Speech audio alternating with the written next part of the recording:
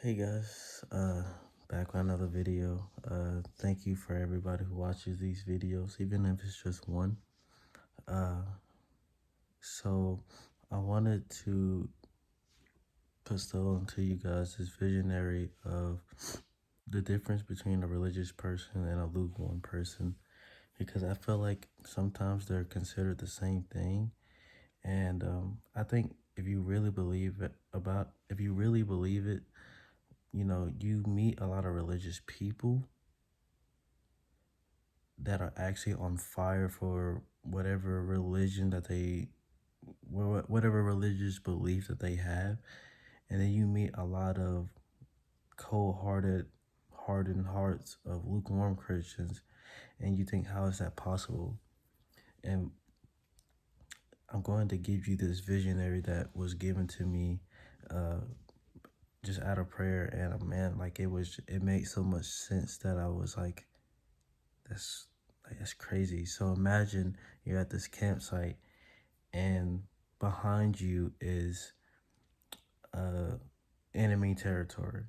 Now, we all know what that means spiritually. We all know what that means when I say enemy territory. And you're at a campsite, and you have people who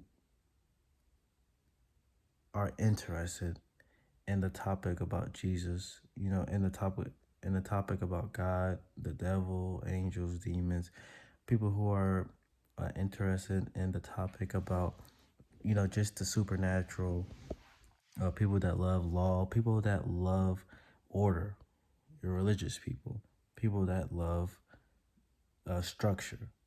And then you have the people who have confessed their sins to Jesus Christ, which are known as believers.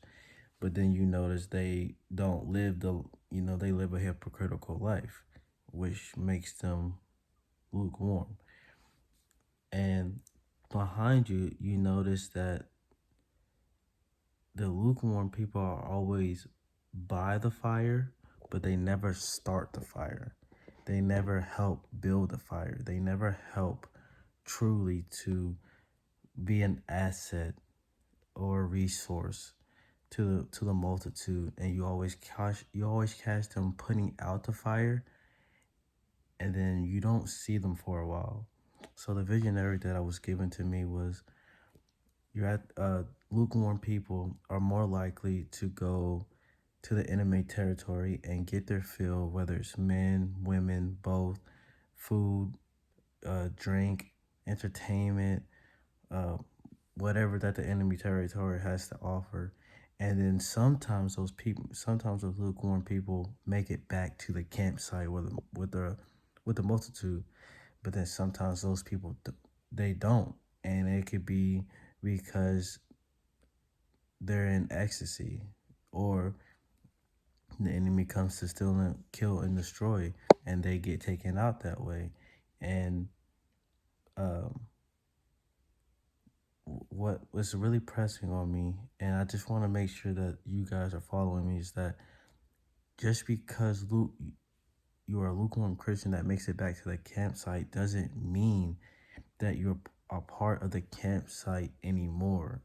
Because if you think about it, you made it back to the campsite, but you didn't bring any resource, because before you left, you weren't doing anything, you know, that was profiting the multitude, which means you didn't bring any wood to start a fire. You didn't bring any, like, you don't have a knowledge or wisdom to help keep everybody maintained, and making sure that we're following what Jesus has ordered. Like, the religious people have more of a benefit than these people who call themselves believers.